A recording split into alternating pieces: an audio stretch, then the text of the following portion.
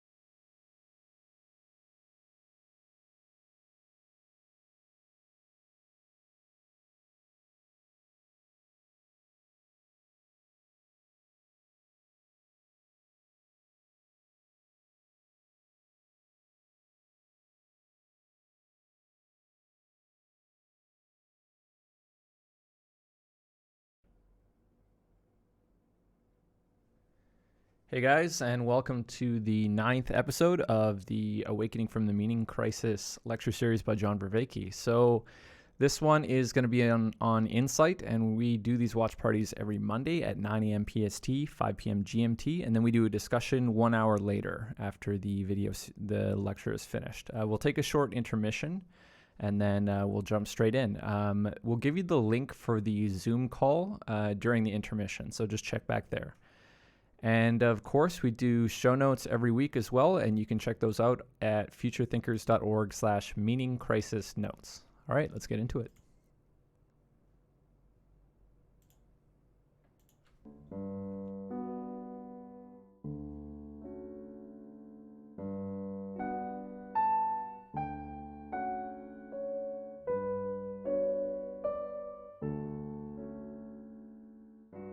Welcome back to Awakening from the Meaning Crisis. So last time we continued looking through the myth of Siddhartha's awakening, and we talked about him leaving the palace, the having mode, his attempt to recover the being mode, and the difficulty he faced in pursuing self-denial as passionately as he had pursued self-indulgence, and why this ultimately failed, because it's still working within the same operation of trying to have a self. And then we looked at Siddhartha's commitment to the middle path, an attempt to overcome that through the cultivation of mindfulness, and then we began our exploration of mindfulness. We first looked at what it meant, sati, and remember, it's this deep remembering, this recovering of the being mode that leads to a fundamental transformation and alleviates the existential anxiety and distress that Siddhartha was experiencing and potentially is on offer for us. And then we started to take a look at that, the practice of mindfulness and its attempt to address at least an individual or personal experience of a meaning crisis. And we were doing that because we were trying to investigate more broadly the mindfulness revolution and how that is a response to the meaning crisis within the West. We began by noting that the study of mindfulness is misleading in some ways, the scientific study, because it begins with a feature list. And as we've noted multiple times, feature lists leave out the IDOS, the structural functional organization. In order to do that, we brought out 4 sort of central characteristics in the feature list: being present, not judging, insightfulness, and reduced reactivity or an increased equanimity.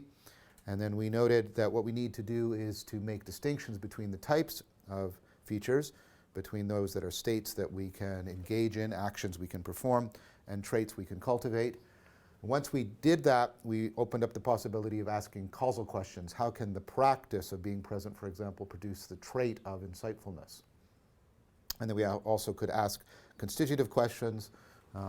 What's the relationship, the part-whole relationship, for example, between being present and not judging?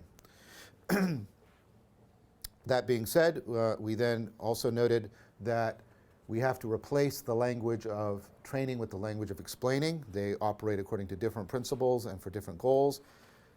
And we began that by starting to ask, what does it mean to be present? And then we talked about concentration. We talked about different senses of that and the kind of soft vigilance that's actually conducive of insight, discussed by Alan Langer and others. This kind of involvement that is very much about conforming to, inter-esse, becoming deeply interested, connected to the structural functional organization of something. We noted that that took us into a discussion of paying attention, and all the while remembering this idea that we got from Siddhartha Gautama, the story about tuning, getting the right tuning, optimization. And we started to talk about attention, and made the argument that attention is not very well served by the spotlight metaphor. While that metaphor does give us the idea of attention altering salience, the metaphor misses a lot of what attention is doing. We began to investigate what's missing by making use of Christopher Moll's idea that attention is not a direct action you perform by walking, but it's something you do by modifying something else, by optimizing something else. That's why you can successfully pay attention by doing many disparate and different kinds of things. You can pay attention by optimizing your seeing into looking, by optimizing your hearing into listening, by optimizing your seeing and listening into a coordinated tracking of what somebody is saying, like you're doing right now. All of those are different ways in which we're paying attention. So what we needed was an understanding of attention that could capture the way it's an optimization strategy, which lines up with its tuning idea, and how such optimization might be linked to a response to existential modal confusion and the alleviation of the suffering found therein. So I want to continue that discussion about attention and start to point towards what might be going on. If you remember, Moll talks about this idea of cognitive unison, getting a bunch of processes to share a goal, to be coordinated together in some fashion. Now he leaves it abstract like that, and I think we should try and investigate a little bit more further, more concretely, what that might mean. And there's a lot. Attention is one of the hottest areas in cognitive science right now. There's a lot of good work done by Frank Wu, by Sebastian Watzel, Christopher Moll. Just many people are talking about this, and I'm not pretending to canvas all of that rich and very fertile and very like it's very creative. It's advancing. I'm not trying to do that. I'm trying to pick up on some key themes here. Because what we want to understand is how can mindfulness train attention so as to cause more insight, to make one more dispositionally capable of insight. Because after all, and we've talked about this before, when we're talking about wisdom, we're not talking about an individual insight. We're talking about a systematic set of insights that are mutually related to a fundamental transformation of the person's, as we said last time, existential mode. So let's talk a little bit more again about what's missing from the model of attention. So this cognitive unison, I think we can make use of another important cognitive scientist, philosopher, scientist who did work on attention, and that's Michael Polanyi. And he pointed out that attention has an important structure, and we've been trying to follow the Platonic idea of turning the feature list into a feature schema, picking up on structures. And the way, in order to bring out what Polanyi is talking about, I'm going to run through an experiment with you, an experiment you can sort of follow along with me. So let me describe it to you first. I need you to get some object like a pencil or a pen, and we will call that your probe. Nothing untoward is meant by that. That's just what it's called in psychology. It doesn't involve any aliens doing graphic things to your body or anything like that. So what we're going to do is, let me describe it to you first. Okay, what I'm going to ask you to do is going to ask you to find some object that you could put on a desk in front of you or hold in your hand. And then you're going to do the following. Do not start yet, because I want to describe it to you. I'm going to ask you to tap on the object as if you were blind, and you're trying to figure out what the object is. Its shape, its structure, its weight, its density. Oh, that's a cup, right? That makes sense. Now, it's important now you should close your eyes as you're doing this. I'm using touch because touch is slower than sight. And so you can become more aware of what's happening. Now, it's important while you do this that you continue tapping. So I'm going to ask you in a moment to close your eyes, start the tapping, and then while you're doing it, continue the tapping as you are following my instructions. And this will give you a sense of what you're doing. Okay, so what I want you to do is close your eyes. You start tapping on your object, right? Start tapping until you start to form an image of the object in your mind. Okay, so your eyes are closed. You're starting to get an image of what that object is in your mind. Okay, so right now you're aware, like you're focally aware. What you're focusing your awareness on is the object. I want you to keep tapping, but I want you to shift your awareness into your probe. Feel how your pencil or your pen is moving around, shifting. Okay, keep tapping, and then I want you to shift your awareness into your fingers and feel how your fingers are moving around, shifting around. Okay? Some of you may be able to pick up on the individual feelings that are occurring in your fingers. Now, go back, feel your fingers and your thumb, how they're moving. Now feel how the probe is moving. And now allow the tapping to reveal the object to you once again. So I've done this multiple times with people. And what's interesting is the following thing. Most people find this very readily easy to do. And a couple things. When you're initially tapping, for example, I was aware of my cup, but then my awareness moves into my marker, and then my awareness moves into my finger. And when my awareness is in my finger, I'm not aware of the cup at all.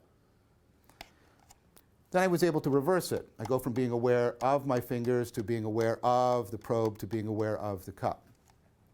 You're saying, well, what's all this about? What's going on? Well, there's an important structure. Let's take a look at it step by step. So here's the cup, or whatever your object was, right? And I'm tapping on it with my probe, okay? Now here's the interesting thing.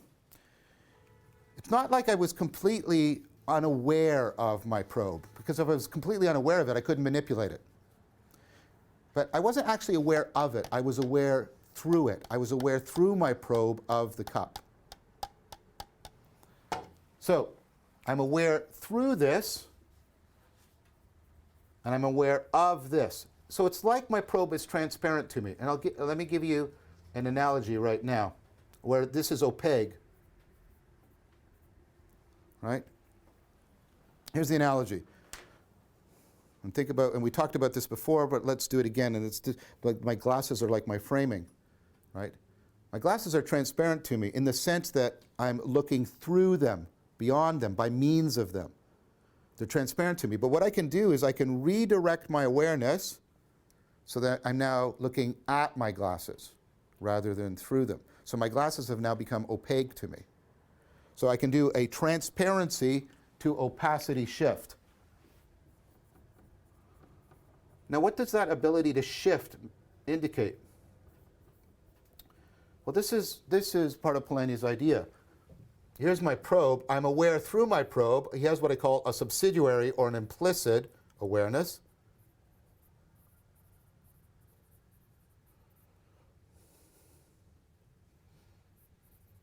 Because I'm aware through it. I'm not aware of it. I'm aware through it, right, of my focal object, for example, my cup. And this, I have a focal awareness or an explicit awareness. Now his point, which is really quite good, right, is that attention is this kind of structuring phenomena. what it is, it's always attention, as he says, from to. It's an attention through subsidiary awareness into focal awareness. When I'm paying attention, I'm doing this. But here's the interesting thing. I was then able to step back and make this focal, right? And now it's my fingers that I'm aware through my fingers of my probe. And then I can even step back and be aware of my feelings, what some people would call sensations. So I can keep stepping back and stepping back.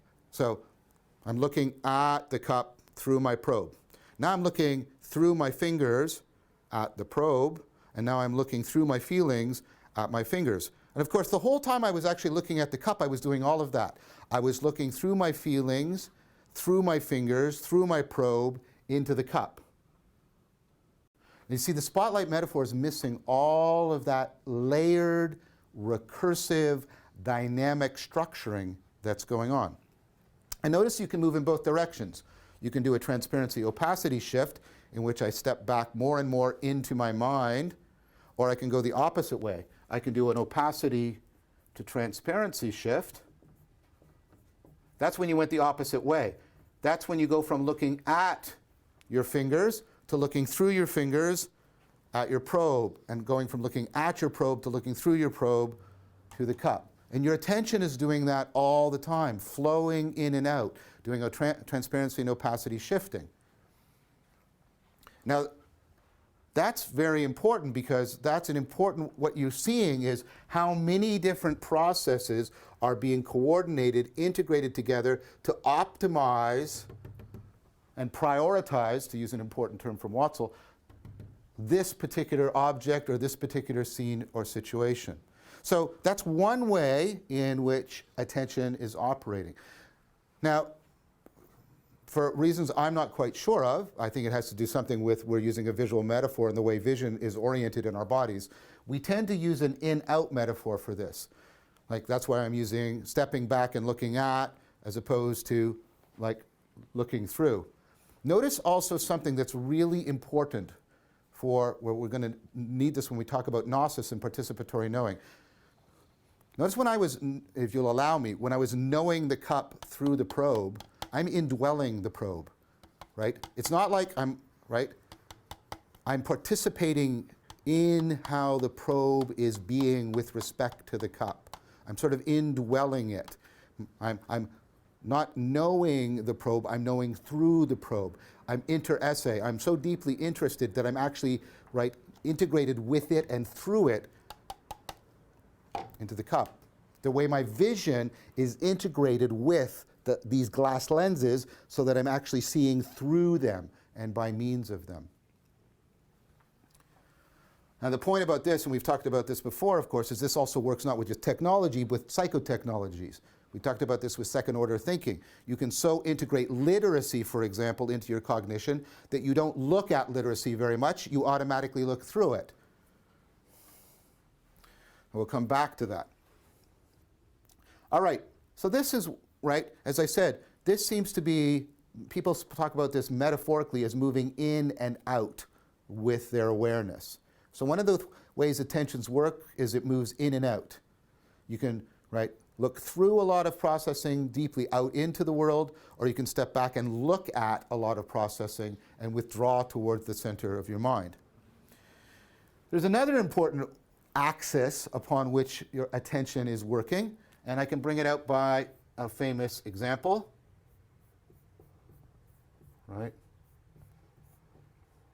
So you give this to people and you ask them to read it, and they say, what does it say? And they'll say, the cat. And they're like, oh yeah. And then you point out to them that they're reading this as an H, and they're reading this as an A, and these are exactly the same thing. Why are you reading one as an H and the other as an A? And so what they'll typically say to you is, well, because it fits in with this word as an H, and it fits in with this word as an A. So let's use language we've already developed. The letters are the features, and the word is the gestalt, the overall structure. Now notice here, you've got a problem. It's almost, a pseudo-Zen problem. In order to read the words, I must read each individual letter, But in order to disambiguate each letter, I must have read the whole word. Therefore, reading is impossible. Now, of course, reading isn't impossible, which means something else has to change. What has to change is your model of attention. The searchlight metaphor, the spotlight metaphor, can't address that problem. Here's what your attention is actually doing. It's simultaneously going up from the features to the gestalt, the eidos, the structural functional whole, and it's going down from the gestalt, the words, to the individual letters, the features. It's simultaneously doing that. Your attention is also doing this. So not only is your attention flowing in and out, right, doing transparency, opacity, shifting, it's also flowing up and down between feature and gestalt. Your attention is doing all of that, and it's doing it right now. And the spotlight metaphor doesn't capture any of that. And mindfulness has to do with making use of all of this complex, dynamical, remember what dynamical systems are, dynamical processing. These are dynamic, self-organizing processes, and they can be optimized. And mindfulness optimizes them in some way. So, I'm going to put something up on the board. It looks like a graph, but it's not a graph because it doesn't have absolute position. It's just a schema because it has relative position. So when I move this way, like we were talking about when we were talking about Polanyi's work, I'm doing transparency to opacity shifting. And going this way is to do transparency to opacity, and to go this way is to do opacity to transparency. It's not no position is transparent and the other is opaque. It's always the direction that matters. The more I move this way, the more I'm stepping back and looking at. The more I go this way, the more I'm indwelling and looking out into the world. Then we have this. I can be going down from the gestalt to the features, using the word to decide the letters, for example, and I can be going up from the features to the gestalt. Nothing is inherently a feature. Look, the letters are a feature in the word, but the word is a feature in the sentence. Nothing is absolutely a feature. It's always relative. That's why I'm putting these double arrows. This isn't a Cartesian graph. Okay, this is not a Cartesian graph. This is a schema. But one thing you should know is that although I can describe and you can understand these two axes independently, they're almost always operating in a highly dynamic, integrated fashion. Very often, as I'm moving towards a gestalt, grabbing a bigger picture, I'm using that bigger pattern to look more deeply into the world. So often, I'm doing this. I'm grabbing bigger patterns, and I'm using those deeper patterns to look deeper into the world. Right? So when you find, this is what we do in science, for example. I find this and this and this. I get a pattern, and then I find a way to integrate it together, and then I use that pattern to look more deeply in the world. This is what this is, right? I found a pattern, and it allows me to look more deeply into the world. I'm no longer looking at these individual things, force, mass, and acceleration. I've integrated them together, and that allows me to look more deeply into the world. Often, when we're stepping back and looking at our minds, our awareness processes within attention, we're also often breaking up gestalts into features. For example, you were breaking up your experience of your whole finger into individual sections of your finger when we were doing the experiment. You were breaking up the whole of the cup into individual moments of contact. So very often, we're these two to come together. Let's call this scaling up of attention and scaling down of attention.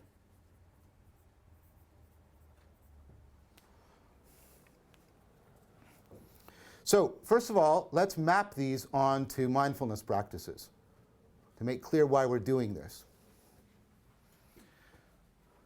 So I teach my students Vipassana. very traditional form of meditation. Notice what the word meditation means. It actually means moving towards the center. So we know it's going to have this aspect to it. So what do? Well, typically you train people by telling them to pay attention to their breath. Right? So first of all, what they're doing is paying attention not to the world, they're stepping back, but they're not really paying attention to their breath. What you tell them is the following. Again, language of explaining, not the language of training. Look at it in much more fine grain. You tell them to pay attention to the feelings and sensations that are being generated in their abdomen as they breathe. So as they inhale, they're feeling sensations in their abdomen, and as they exhale. And what they're doing is trying to, right, do that like I did with my finger. They're trying to maintain and renew their interest, constantly make it salient to themselves. Now notice what's happening. Normally, right, our embodied sensations, I'm not happy with that word for sort of philosophically important reasons, but I don't have time to go into it right now, right? Normally, we don't pay attention so much to our sensations, we pay attention through our sensations to the world, right?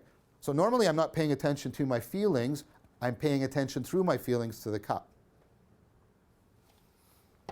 In meditation, I'm stepping back and not looking through my sensations, I'm stepping back and looking at them. Right? That's like, I don't look through the way my mind is framing things, I'm looking at the framing. I also do something else. I don't just look at it as one blob, I do something like observational analysis. I break the gestalt up into separate experiences. I'm doing this.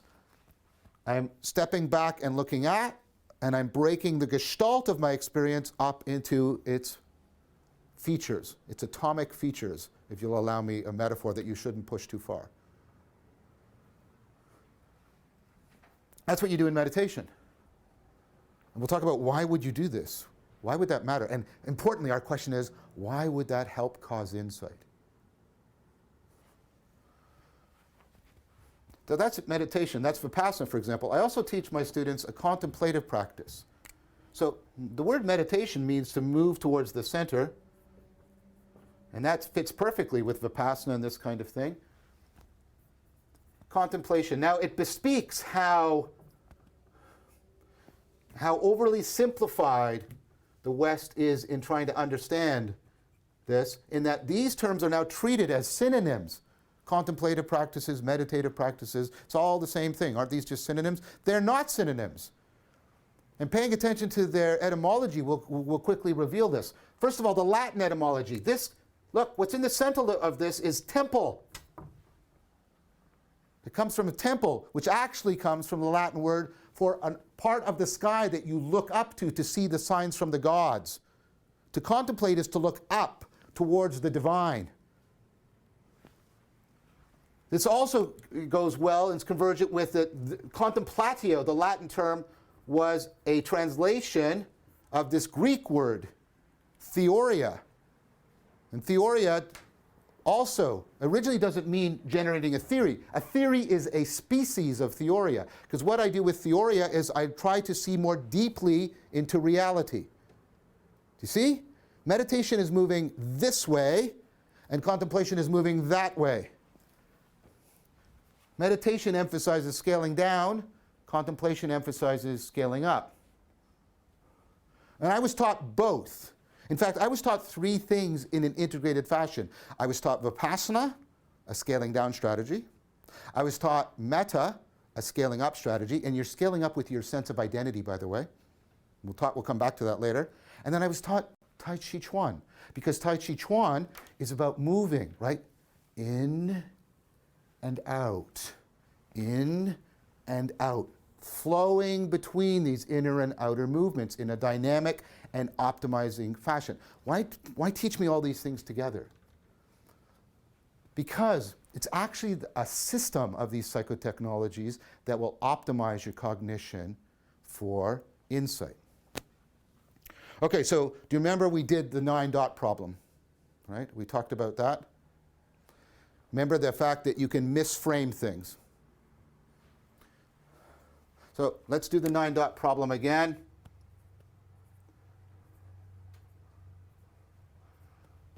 join all 9 dots with 4 straight lines, and people find it difficult. Why? Remember, we talked about this. They automatically, listen to the words, remember, they automatically and unconsciously project a square there, and then they automatically take this to be a connect the dot problems, and so no non-dot turns are possible, and therefore they can't get the solution. The solution is, here's 4 straight lines. 1, 2, 3, 4. The reason why people find that so difficult is I have to break the square, and I have to not treat it as a typical connect the dot problem. I have to not treat it categorically, to use language you've heard already, because you don't do non-dot turns. Do you remember this? Now notice there's 2 moments to having an insight. I have to break up an inappropriate frame. What do I have to do? I have to break up the gestalt. Right? And I also have to de-automatize my cognition. I have to make it not operate unconsciously and automatically. Well, how do I do that? I take stuff that's normally happening unconsciously and I have to bring it back into consciousness. Yes? That makes sense? How do I do that? I do that by doing a transparency opacity shift. Normally, I'm automatically sensing through my probe. But I can shift my awareness and become aware of my probe. I can bring things back into awareness. So you de-automatize cognition by doing a transparency to opacity shift. So I break up the inappropriate frame, and I de-automatize my cognition by scaling down.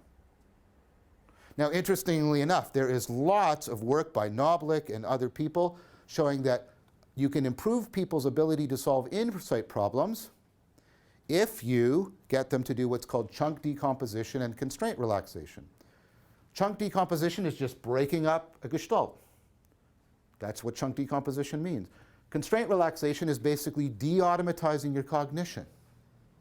De-automatizing your cognition. Scaling down helps you to break up the chunks, break up the gestalts, and it helps you to de-automatize your cognition. But is that enough for insight? It's not enough. Yes, I have to break up the inappropriate frame, but I have to make an alternative and better frame. I have to, watch, I have to widen my field of awareness. I have to take stuff that was in the background and change its relevance. I have to look more deeply for deeper, broader patterns that I have not considered before. What do I have to do? In order to make a new frame, I have to scale up.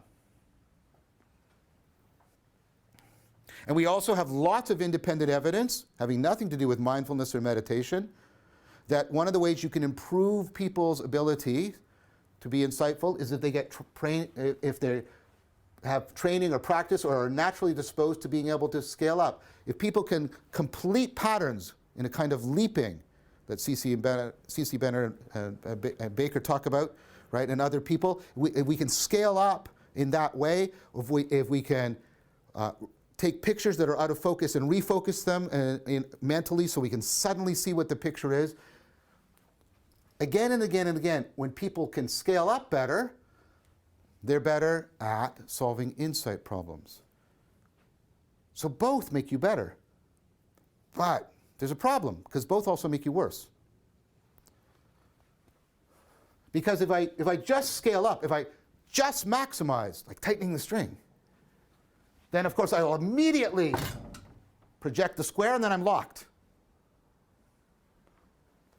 Well, shouldn't I just scale down? Just meditate, always. If I just keep breaking up gestalts, I'll never make the solution. I'll choke myself. That's what happens when people are choking.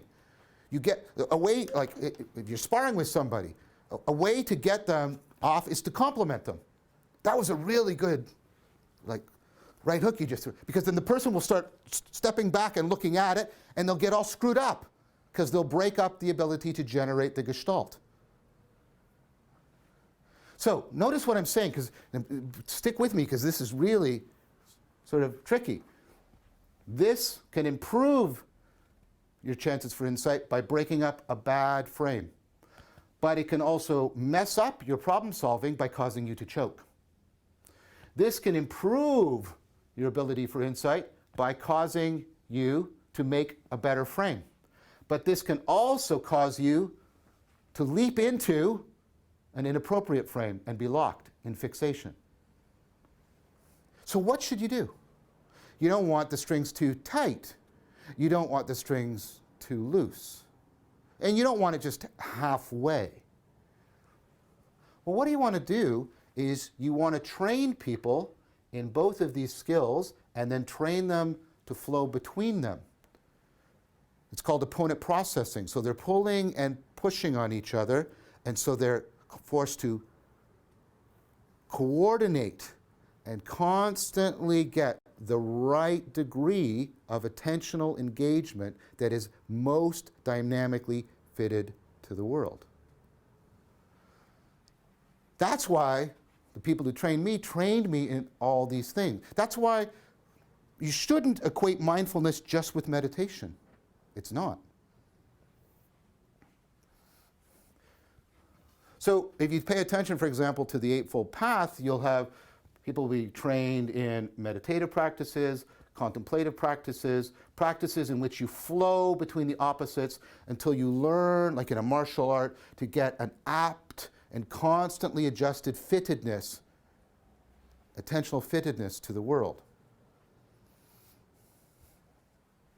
Now, this leads very naturally into talking about mystical experiences and the kinds of mystical experiences that people can have within their mindfulness practices.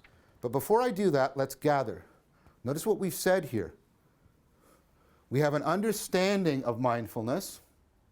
What's mindfulness doing?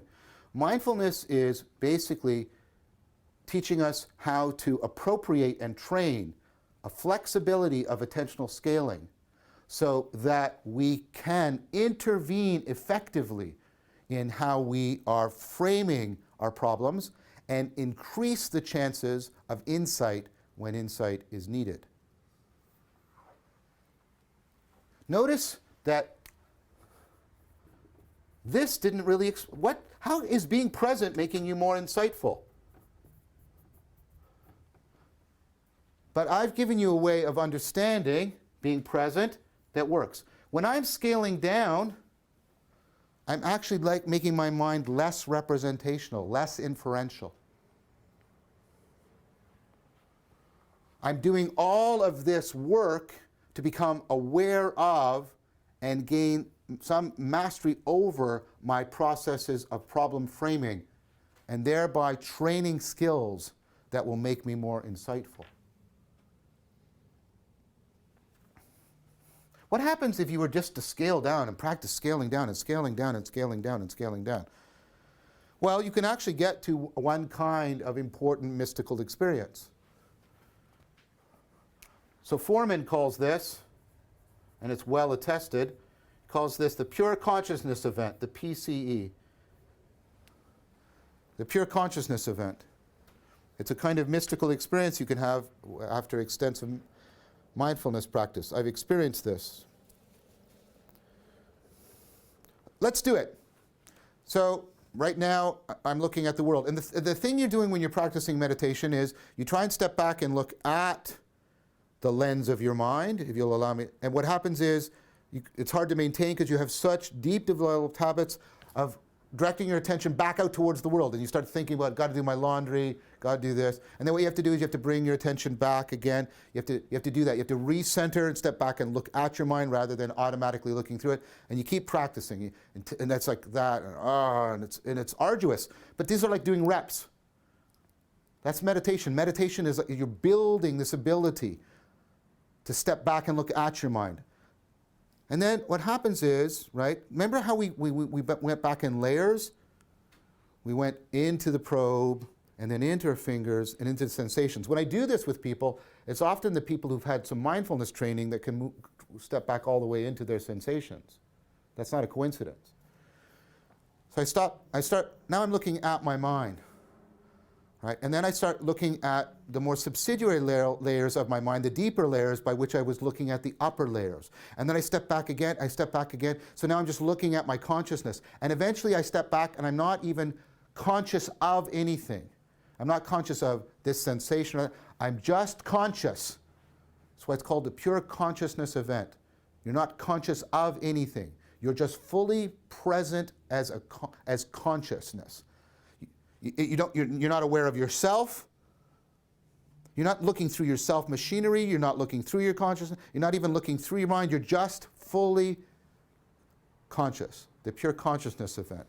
This is the event that results from this. What about if you were to really scale up? Well, think about things that you might have heard associated with the Buddhist view.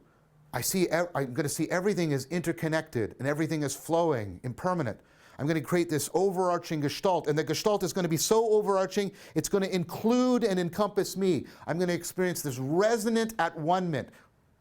And you already know what that's like because we've already talked about it. Think about that as just a super flow state in which I'm deeply at one with everything.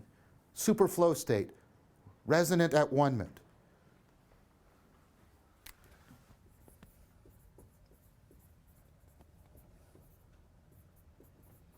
I don't use atonement because that has a particular Christian meaning that I'm not trying to invoke here, at one-ment. See, this model of mindfulness explains why people get into these kinds of mystical experiences. If they do a lot of meditative practices, they will get a pure consciousness event. If they do a lot of contemplative practices, they will develop this empathetic, participatory, flowing, super-flowing, resonant at one-ment. But remember, what we want ultimately is we want these two together. There's a third state, and this is actually the state that matters. This is called the state of non-duality. So let me try and explain to you a way in which you can at least imagine you could get into it. It's a way I train people. Imagine that you're going to be cycling, scaling up and scaling down with your breath. So as you inhale, you scale up, and you do that sort of resonant at one-ment. You're trying to be at, like, flowing at one-ment with everything, and then as you exhale, you're doing the Vipassana. You're trying to step back as close as you can to the pure consciousness event, and you oscillate back and forth with the breath. And you often have to do that for years. But what can happen, and there's other ways of getting into this state. This isn't exclusive. This is one way I was taught. What can happen is you can have the third kind of mystical experience. It's not the pure consciousness event. It's not resonant at one-ment. It includes both and transcends both. It's both at the same time. Your awareness is deeply to the depths of your consciousness and deeply to the depths of reality, and it's completely at one. It's all at once. This is a prajna state, a state of non-duality. This is one term for wisdom. And it's this kind of mystical experience. Now, this is the state that's actually sought for, that non-duality, because this is the state that should lead to a comprehensive capacity for insight. Because you're not going to have an insight about 9 dots and 4 straight lines. You're going to have an insight into the fundamental, the guts, the grammar of the agent-arena relationship. You're pushing to the ground of the agent, and you're pushing out to the circumference of the arena, and you're pushing that machinery to optimize so that you can see in as deeply integrated a fashion as possible that connectedness between the two. So you have the capacity for an insight, not into this problem or that problem, but in an insight into your existential modes of being. This is how you can remember the being mode. You can have a fundamental insight into it. Now, this is, in fact, of course, what Siddhartha experienced. He'd been practicing Vipassana, and a contemplative practice called metta, very deeply, very powerfully, and it looks like one of his great innovations was to conjoin the two together. He often talks about them. And what happened was a radical transformation. He experienced enlightenment. We're going to talk about what that might mean. So after his enlightenment, after his awakening, he's walking down the road, and people come up to him, and his visage is changed. Think about when you are watching, when you see somebody and you know they're in the flow state, and they're flowing, and you can, that grace and that energy and that the musicality of intelligibility that's playing across their face and their gestures and their motions. And you can't, most of it you're only picking up implicitly, but you've got a sense, what's going, oh, that's so beautiful, that's so graceful, that's so much power, and there's a charismatic, and you're just caught up in it. So these men are approaching Siddhartha, and he's filled with that. And so they say to him, are you a god? Think about what conditions have to be like where that's a reasonable thing to ask of someone. And he answers very clearly, no, I'm not. Are you some kind of angelic messenger or being? No, I'm not. Are you some kind of prophet? No, I'm not. Are you just a man? No, I'm not. They're frustrated. What are you then? I am awake. That's how he gets his title. He moves from talking about an identity he could have to a fundamental way of being. I am awake. He has fully, deeply, the depths I've tried to indicate here, sati, remembered the being mode in a way that isn't an insight about this or that problem, but is a fundamental insight into what it is to be a human being. A systematic set of insights that optimizes your entire being, that triggers and empowers a fundamental transformative experience. So, as a cognitive scientist, especially one who studies the connections between Buddhism and cognitive science, I've become very interested in these kinds of experiences that people have. And I have colleagues and collaborators that are also interested in this. Why do people pursue altered states of consciousness? Why is the mindfulness revolution, which is the pursuit of altered states of consciousness, so powerful? Why are we going through the psychedelic revolution right now? Because unlike other therapeutic pharmaceuticals, psychedelics work exactly by bringing about an altered state of consciousness. Why is this so powerfully important? Why is it that we're not the only creatures, in fact, that pursue altered states of consciousness? It looks like the more intelligent a creature is, the more it will pursue altered states of consciousness. Caledonian crows will tumble down rooftops in order to make themselves dizzy, which is a risky thing to do, but they do it because they're enjoying the altered state of consciousness. Why is it that some of these altered states, mystical experiences, certain types of psychedelic experiences within a therapeutic context, we're going to talk about all of this, can bring about and afford such powerful transformations?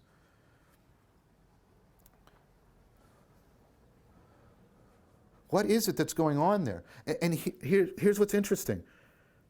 Sometimes people will have a kind of altered state of consciousness that, in my mind, it recapitulates the axial revolution. Look, normally when you have an altered state of consciousness, let's pick up on Siddhartha's metaphor, awakening, wakening up. That's in contrast to being asleep, to dreaming. So what happens in your typical state of altered state of consciousness, one that you experience every night? You're dreaming. And when you're in the dream state, you think that that world is real. You interact with it as if real, but when you wake up, you go, oh, that was just a dream. That wasn't real. This is real. This. Normally, when we come out of an altered state of consciousness, we point at it the finger of rejection and say, that isn't real. Oh, I was drunk. That's not real. Oh, I was high. That's not real. But sometimes people have certain kinds of experiences, altered states of consciousness, in which exactly the opposite occurs.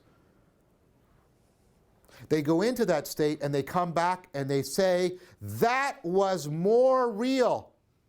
That was really real. And this is less real. Do you see how that's axial?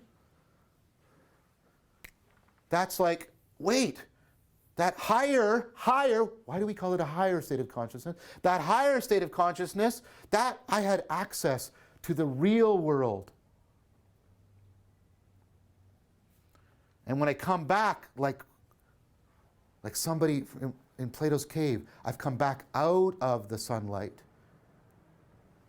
This, I now realize, is only echoes and shadows. It's less real. In fact, and because of my desire to be in contact with what's real, I'm going to change myself, and I'm going to change my world to try and recapture, sati, to remember what that's like. I want to live in greater contact with that really real. And so they start to transform their whole lives and their whole self. The whole agent-arena relationship is completely and radically, revolutionarily restructured.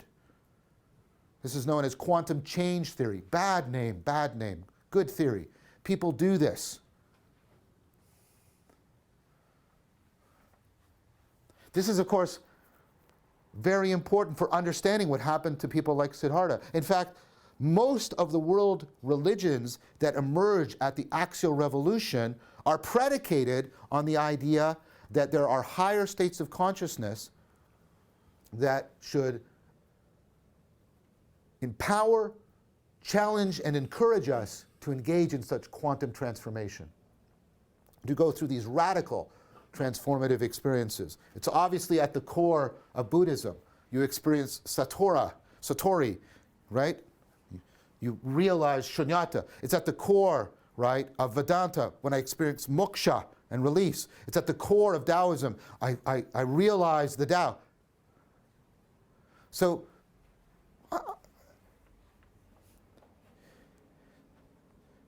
how is it, right, that these experiences have such authority? But it's not just that they're important historically, right? They're at the core of the world religions, right? And you say, well, what about the Western, like Sufism within Islam and the Christian mystic tradition and Kabbalah, like all of the world traditions point to these higher states of consciousness that can bring about these radical modal transformations in our cognition and our very being.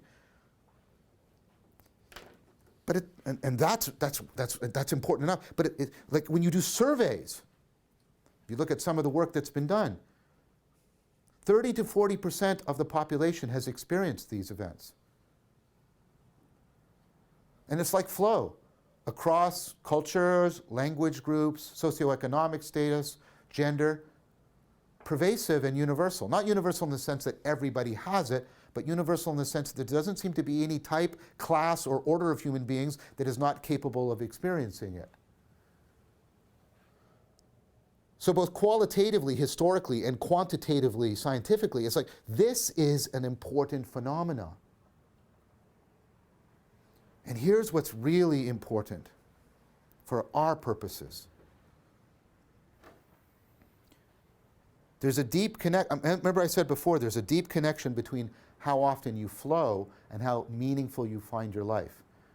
That is also more radically the case for these states. People who have experienced these higher states of consciousness and undergone these quantum changes, these deep transformational experiences, reliably report, and there's good experimental evidence to support it, that they have had a significant increase in meaning in life. In fact, many people report these experiences as the most significant in their life, and that a lot of the meaning of their life is hinged upon these transformations. There are deep connections between awakening and recovering meaning. There are deep connections between awakening and insight. As I've already indicated, we'll come back to see, there's a deep continuity between this kind of insight, mystical experience, and full-blown awakening experience. My lab, we've just finished running with my associate Anderson Todd, my lab director, lab manager, Jinsun Kim, all of my wonderful RAs. And they'll show up in the acknowledgement. We just have submitted a paper because we ran an experiment. We did a massive M-Turk survey trying to see if there was a relationship between if people have a mystical experience and how meaningful they find their lives. And there is, in fact, a significant relationship between mystical experience and if you have meaning in life. We did a more fine-grained analysis, and this is consonant with the work of Samantha Heinzelman and others, experimental work showing that it's something like a capacity for insight, making sense, which is often called coherence in the literature, that seems to be what's doing all the heavy lifting. So it doesn't really matter, if you'll allow me, so much what the content of your mystical experience is. In fact, very often, there's no content. They're ineffable. But what seems to be happening is you're somehow optimizing your capacity for making sense, both inwardly and outwardly. It's like what's happening is some improved optimization of anagoge. And people find that deeply meaningful. So there is good reason to believe, I'm not advocating Buddhism here, because I've already pointed out there are similar claims in all of the mystical traditions. And I'm not claiming that those traditions are all identical. I'm not Aldous Huxley. But there seems to be some deep truths here about the nature of attention, the nature of mindfulness, and the enhancement of the ability to enter into these higher states of consciousness that can significantly alleviate existential distress and bring about a pervasive and profound kind of optimization of our insight and our capacity for finding our lives meaningful. And that would be being able to do all of those things, right? Alleviate the existential anxiety, create a systematic kind of insight, a transformation of agents in an arena that recovers the being mode, forge transformation. I mean, isn't that the core of meaning? And the ability to do it, wouldn't that be the core of wisdom? So what I want to do is I want to continue on, and I want to explore this. What's going on with mystical experiences? What's going on with these higher states of consciousness? Why are psychedelics coming back into the center of the cognitive science investigation? We've got to talk about consciousness. We've got to talk about altered states of consciousness. We've got to talk about higher states of consciousness and transformative experience. And what is the knowing that's going on here? Because it's no knowing of words. There's no words. There's no content. Pure consciousness event. You're not conscious of anything. Everything's the same. It's just, there's the resonant at one minute, the flowing. What kind of knowing is it? That's what we're going to take a look at next time. Thank you very much.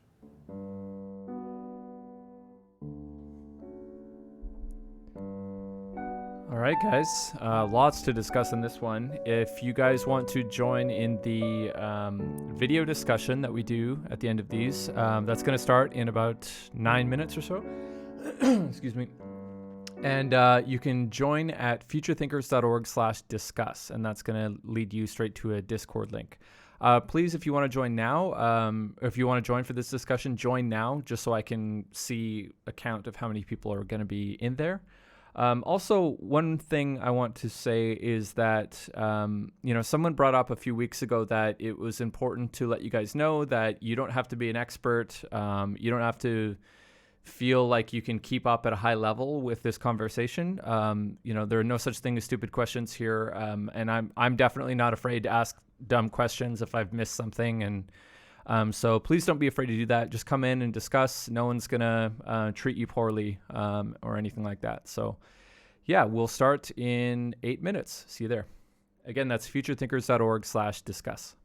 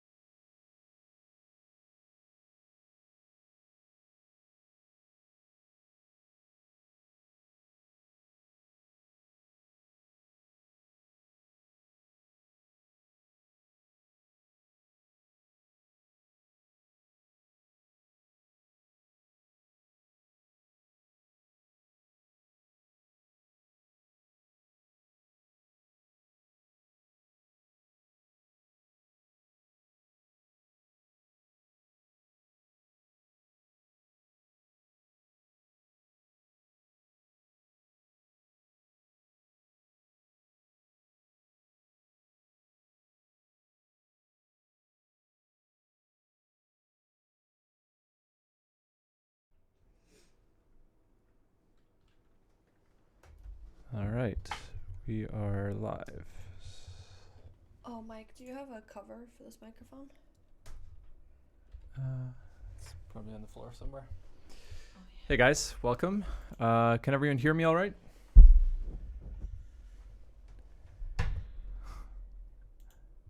Okay, we'll just give everyone a sec to set up here.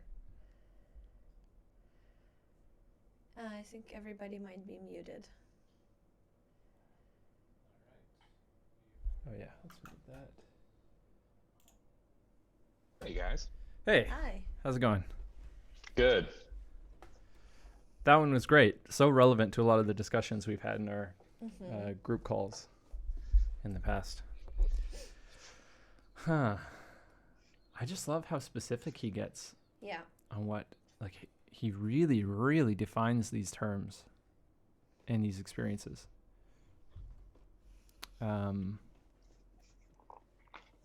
Yeah. Where do you want to start, David? Let me see. Let me look at my notes real quick. There was so much. I love so the kind of broad perspective that I love is again the way that he drills down into the details in order to give the perspective of the agent arena relationship, the full dynamic aspect of that, the non-dual experience of it. It really brings to mind the Tao that can be spoken of as not the true Tao. If you're not living the Tao, really doing the full dive into the features and out to the Gestalt and back and forth through that whole range of expression, then you're not getting to the point of insight.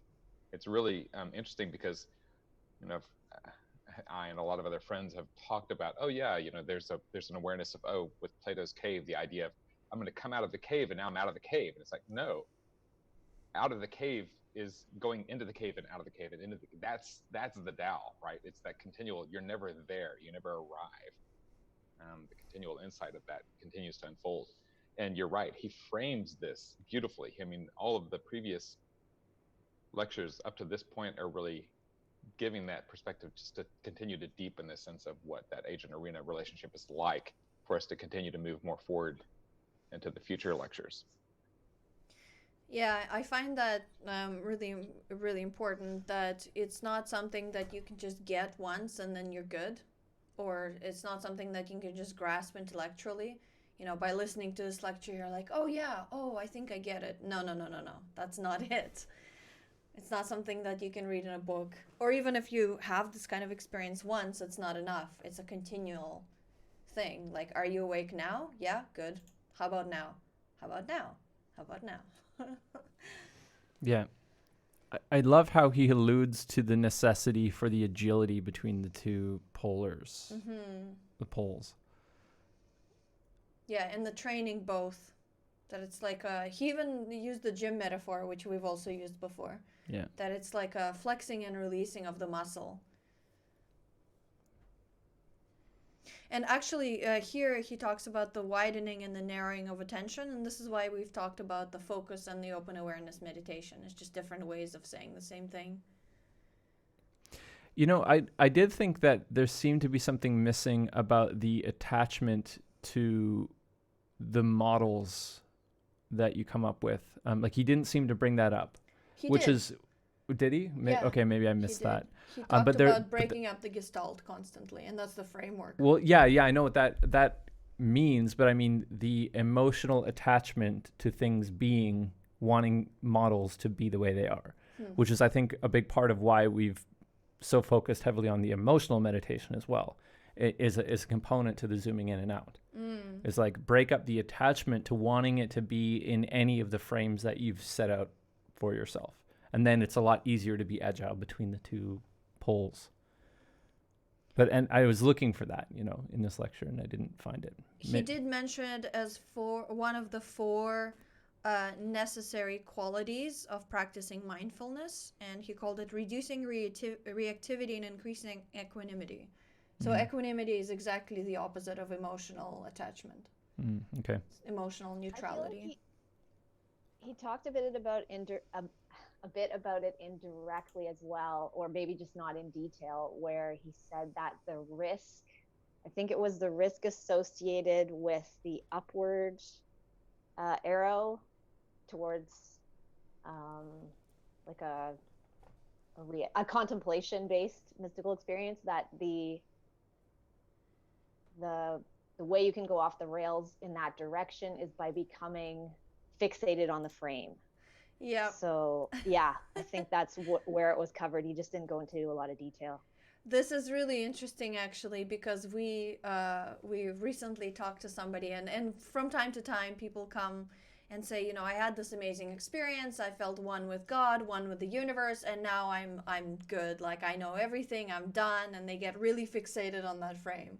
So it's very accurate that he said that it can make you attached to the frame that you're looking through. And it seems that a lot of religions get started that way, where the person has this kind of experience and they think, oh, you know, I am the son of God, or I am God, or whatever, and they get stuck in that frame. Or there's kind of the different attractors and repellents, like love being an attractant and fear being something that repels you, and a desire to have a model that puts it all into perspective so you can just have one of those things. Like that's one thing that we see a lot. Yeah, it's all love and light. Exactly. People have mystical experiences and detect that kind of, like, I don't know, whatever. It could even be projection, but that, like, the universe is loving feeling from a grand insight, especially a psychedelic one. And then creating an entire world model based off of that, and then being unwilling to see the darkness in the world too. Yeah. Yeah, but that is a side effect of the mystical union state on the upper right corner. Yeah. Stealing your tea. You know what would be interesting is to break down that graph. Did you take a screenshot of that by any chance? No. Is everyone clear on the schema graph that he made? Yeah, I wasn't either. Maybe I can pull up an image. I grabbed a screenshot. I'm not sure if it's how shareable it is, or let's see. Let me see if it's I've written it out in words, so. If you got a screenshot, David, do you want to just throw it in that document? See. Yeah, I could do that. Cool. And if any of you guys want to contribute to the document, just request access and I'll grant it. Now, because there's a lot of people linking to this document, I've turned off that anyone can edit, just so people don't mess it up. But you can request access. Any other insights or thoughts while we're getting this image up? Anything anyone wants to talk about? This is an insight I had. It's kind of off topic, but it was while I was watching it.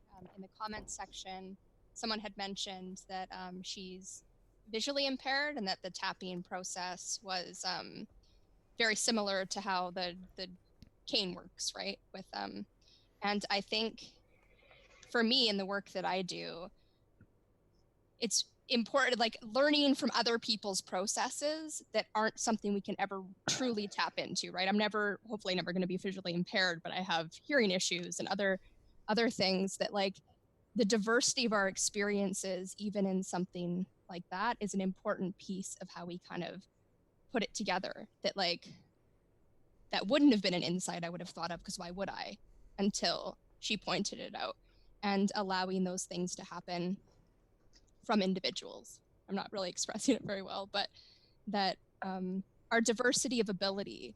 And even when he was talking about the graph, there was a certain amount of, do we need everyone to be the best at both of these things? Or is it really, because it's not, it's about moving back and forth, and that people who have one and not the other can offer insight that someone who's that thing and not the other one can. Like, all four quadrants are important, especially if we're aware that they exist, and that being part of one can give you access to something that you might not see if you are the best at all of them. It's also interesting how apparent the audio experience thing how apparent it makes the lens aspect of sensory experience obvious. Like I studied audio and music in school, and that's one thing we learned to do is like detect the size and shape and material of rooms just by like clapping in the room. Because a lot of the time we had to like build the studio environment and calibrate it. And if you don't have equipment, you need to be able to do that calibration in your own head. And it was interesting how like with a lot of training, you could really like you could hear the wood in the room, or hear the brick, and hear the size and hear the shape and the height of the room and everything. It was really weird, but it became kind of like when we think of how bats might see, we think of it in terms of a metaphor of sight, and that it's always visualized in movies like the Daredevil movies where he's blind but he has excellent hearing, and they visualize it in a visual way, but it's nothing like that. And we just have to use these metaphors to be able to understand it. Yeah, and a big piece of that, because no matter how hard I was able to do that would, no matter how much I practiced doing what you just talked about, my brain would never be able to do that because I'm deaf in one ear. And so I can't actually, it's like not having depth perception with your sight, right? Like at no point is that there, but I have different insight to offer in audio stuff where it's like, could you not have the music on while you're having a conversation, right? And I like, there's something different I have to offer because I can't do that, even if I can't articulate what it is. And having that difference of ability is part of it, to be able to say, yes, I can never do that, right? There's certain things that maybe none of us have access to. That one's very obvious. Like someone can medically say, I'm not able to tell the size of a room based on sound, but there's other things where no matter how much you meditate, maybe there is a barrier you can't get past, but maybe that's supposed to be there. Maybe you have different insight to offer that gives you a different piece. I thought that it was very valuable that he said it's more about the direction rather than being in any of the quadrants. It's about training the ability to move between transparency and opacity, and scaling up and not scaling up. What was the transparency and opacity and gestalt and features? So yeah, it's not about being, it's not about having, it's about the process. So I don't know, maybe I can screen share, or I can just get you guys to go to the notes document. But David has put the screenshot in there. And there's a few things that maybe we can together try and get some clarity on. Yeah, you know what? I'll do the screen sharing just for the sake of viewers in the future. There we go. How does that look on the screen? Does that look all right? Actually, it doesn't seem to be showing up at all. Okay, yeah, it's showing up. Yeah, it'll I show can up for see it. you guys, but it's not showing up for the stream. So to everyone in the stream, this is episode 9, and you can go to futurethinkers.org/meaning crisis notes, and it's the screenshot right below the title. So it's a bit hard to see, but he's got the F and F on the bottom of the vertical axis, and then he's got TO and OT on the right of the horizontal axis. So do you know what that means? So it's the direction. So up and down is moving towards the gestalt and towards the features, and left and right is moving towards the transparency and opacity. Right. So transparency means looking through something, like looking through your glasses and feeling like your glasses are part of you. Don't think of them as separate. And opacity is when you actually look at the glasses and recognize that they're separate from you. So they come into awareness by becoming opaque in a way. Right. Oh, that's interesting. Yeah. And so the same thing he was talking about, physical sensations or feelings, like when you are being emotionally reactive, you are actually experiencing the world through your feelings. You're not often conscious of the feelings. But then if you pay attention to the feelings, then they become opaque. They become kind of like an object in your mind where you can actually look at them and observe them. How are they changing? How are they affecting my cognition? It's interesting, the cycle too, because that's always been kind of advice I've remembered about how to deal with difficult emotions, is just to look at them in that way, make them in using this language, it would be to make them opaque. But there's that feedback loop that that causes them to become less powerful, I guess, or I don't even know what that is you could call it, but I just know the effect of it is the strength reduces. Well, it's the going back and forth, because by embodying them completely and experiencing them fully, that would be the scaling up. Yeah.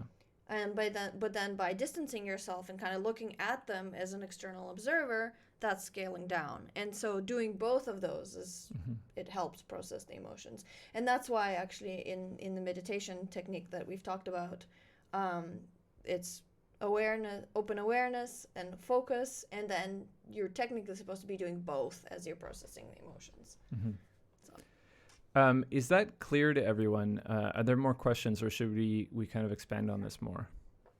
I had one question. I just couldn't tell. Is it on the left side of the graph, is it opacity to transparency, and on the right side, transparency to opacity? Yeah, good question. Or I just is it- realized that So sorry. opacity is on the left and transparency is on the right. Oh, so it's one. I see. Okay, so you would go up and down, back and forth. Yeah. Okay. Yeah, this graph is a little bit confusing, but yeah, the top line says transparency to opacity, and it points left, so opacity is on the left. Yes. Okay. Yeah. So opacity is looking at something. It's towards the yeah. There's also another aspect of this that's kind of interesting is subject-object transition is very similar to agent arena, but slightly different. One of the things that I became aware of and wanted to call attention to in these early lectures, he had not yet started having conversations with Guy Singstock. We started talking to more and looking at relational practices like circling. And so the three kinds of practice that he talks about, the mindfulness, contemplative, and then the physical, like Tai Chi, I think are all essential. But I also think that relational practice, he's starting to recognize as an essential component of that. And the subject-object awareness, from like Ken Wilber's understanding, is an interesting difference. It's something like parts work, the work that well, big mind process is one of them. There are a couple of other things where it looks at the individual parts of the personality, and it really is making the parts of the personality more opaque rather than being transparent. I'm looking through it. And what's interesting is we shift through parts, a different lens comes up. And so when I'm victim, in a victim mindset, I'm looking through the lens of a victim mindset, experiencing the world that way, unaware that I've shifted. You know, the filter gel has come in, and now I'm looking at it through that perspective, and I can't make sense of it. I can't see that. But if I get practiced as well as pulling out from there, then I can see the various lenses that I'm using to look through that from my psychological perspective, which I think is, it's a slightly different view in looking at the aspects of personality and the aspect of collective personality as well. That is different from just this on a solo journey as I'm looking at my world, you know, with the probe on objects in my environment.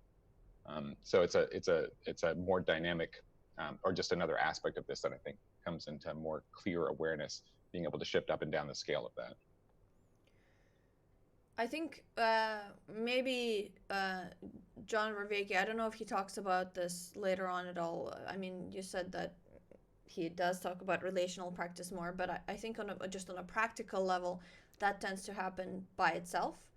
As you start to peel back more of these layers of awareness, you realize how much collective unconscious there is there, sort of the Jungian layers of the unconscious. Yeah. There's actually, I don't know if you guys are familiar with Shinzan Yang. He teaches, what's it called? Is it integrated mindfulness? Something like that. He's an American spiritual teacher, but he talks about this kinds of zooming in, zooming out. That's what he calls it, practice, as the exact practice for awakening. So it's actually interesting to see how consistent this is with some of the major schools. Yeah. The slight difference is practices like circling. And it is interesting because in his conversations with Guy Singstock later on, who brought circling to awareness, he does actually in some of the later talks bring that in as a deeper awareness. And it's actually interesting because if you start watching some of the conversations that he has, like with Jordan Hall, you can see that process. Jordan Hall actually does that without having much practice in circling, that dynamic process in the midst of having a conversation where he's really looking through multiple layers and backing up and getting a gestalt and then coming back into the moment and relationally is pretty profound. It's interesting for me because I have a tendency to kind of view the collective awareness a little differently. Like I have a sort of innate intuitive sense of collective awareness in a room. And that practice brings awareness to that in a way that I can talk to with other people that's distinct from just the zooming in and out solo with myself. It's a very subtle awareness of actually the thing that seems to be that I could point to with this conversation is that as we start to engage in collective watch parties, some of the deeper awareness of how these are tying together are starting to come to light. I'm having deeper insights because of these conversations than I would if I were just watching them solo. And I'm noticing other people who are watching them or maybe not even aware of these are starting to similarly have a conscious awareness of these interest in these kinds of topics where they weren't before. I couldn't have had many of the conversations that I'm having now a year ago. It would be impossible.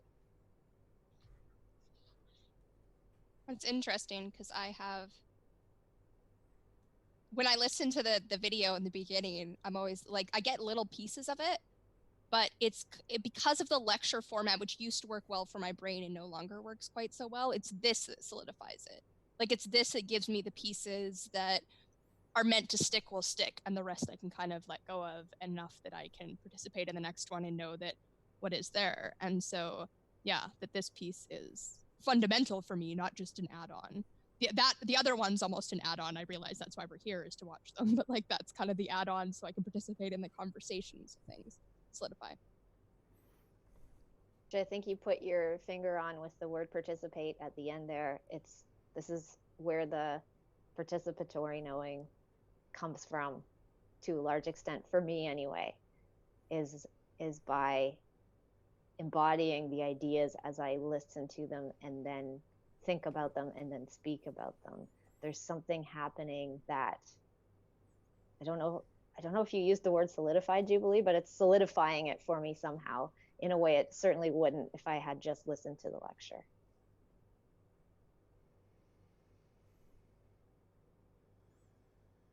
There's also an interesting notion. So Jubilee, you had mentioned that as we talked about the fact that the cane or the probe or audio, in different ways that we can get a binaural or a stereoscopic view, perspectival shift. I saw a talk by a fellow a while back who had progressively deteriorating vision to the point where he lost it altogether. And he had to relearn to navigate using his hearing and actually learned to echolocate. And as he started to echolocate using sounds to click and get feedback about his environment, he realized he was using the same machinery in his brain that is called the visual cortex. And he said, it's not a visual cortex, it's a spatiotemporal cortex. It is something that maps our world into space. And as I listened to him say that, I said, that's what I do cognitively as well. I'm aware of that, which is very closely related, I think, to what Vervaeke is talking about with relevance realization. There's something of a kind of it's a very interesting thing because it's not it really isn't spatial or temporal, but it's something of an interesting relational space that has certain features come about at the right moment. And the ability to do that individually and collectively is pretty profound. So I think that there is an increasingly deep awareness of the way that relevance realization works by doing this transparency to opacity, scaling up and scaling down motion that really has a deeper sense of the self-awakening. I feel like I'm having a hard time. I'm losing myself as I'm saying that. I'm starting to feel a little more ephemeral as I speak. But there's something about that that feels like the more that I'm aware of that, the more that I have the capacity to explore in that way.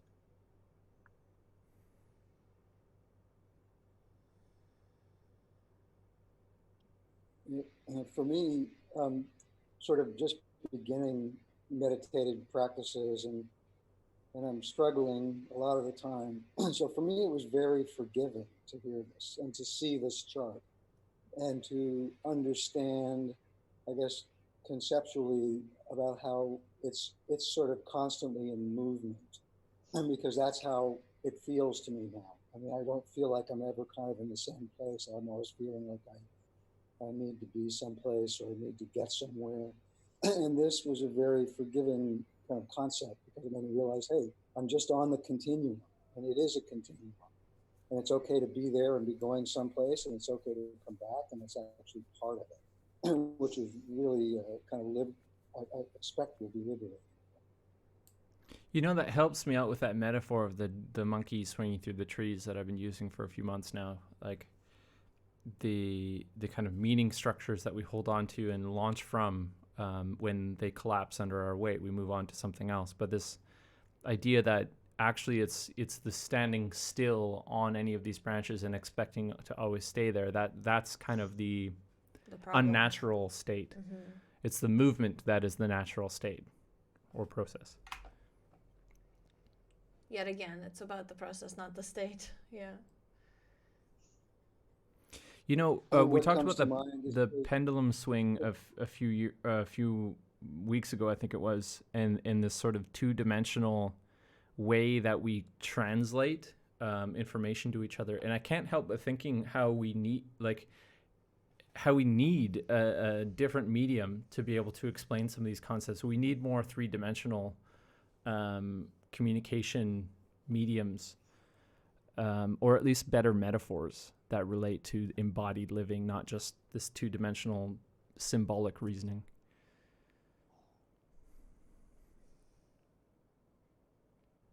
What comes to mind is it's a journey, not the destination. Yeah. And so you're moving through it all the time, and really, you are where you are, not where you're going. And I think that's that just sort of helped pull it all together. Another aspect that's interesting. Heather, were you going to say something on that? I was going to bring something else in. No, I was something different, so I can do it after. I'm aware that the more I listen to the Vervaeke talks and this thought about relevance realization and what that really entails. I mean, it's as he said, it's not Cartesian, right? There isn't a location. It really is the moving between, it's the process of having a deeper awareness. But I'm aware that we treat Mike, you just reminded me of this when you talked about wanting more three-dimensional spaces or cognitive spaces where we do this. Right now, my experience of the internet, this web, is through sites that have a static mapping, right? The dynamic aspect of it is my ability to surf it. It's my assembly of it real time as I'm going through all of this stuff that's dynamic. But we don't have, in a sense, I've been calling it a holographic interface for looking at a specific subject, to be able to zoom in, zoom out, pan, rotate collectively in that way where we're exploring these things. And this is the kind of thing that, for those on the call who are familiar with the Jordan Hall notion of game B, I think will be essential for navigating that inside of our economies and governance systems, the way that our institutions start to work, the way that our economies start to work, and in a sense of right now there's a definite inside of a corporation or a government and an outside. With the holographic, the inside and outside becomes more transparent as you move through those and scale up and down. and we don't have very much in the way of capacity to deal with that. It seems like those boundaries, that the boundaries are firm and established rather than membranes which we can pass through in this agent arena dynamic way. Yeah. Matt in the chat just said we could attempt to map our ideas in a VR space. That's exactly what I was thinking, Matt. I was like, in the back of my head, I was thinking, because I've got VR here, if I could have like another screen to just like, even Vervaeke's chart there, it looks like he's struggling to explain this in 2 dimensions. It could use that 3rd dimension. Especially Maybe as in the future. as he's talking about movement through space. Yeah. Yeah, like something you said, David, struck me in how we surf the internet, we interface with these static symbols or images, and then we have to interpret the process out of that. And because we're not sharing a space in which to explore in 3D these ideas, we can't get feedback in a group setting like this. We're not all in a room exploring together in 3 dimensions. We're basically just working with whatever medium we have available, which is essentially 2D and static.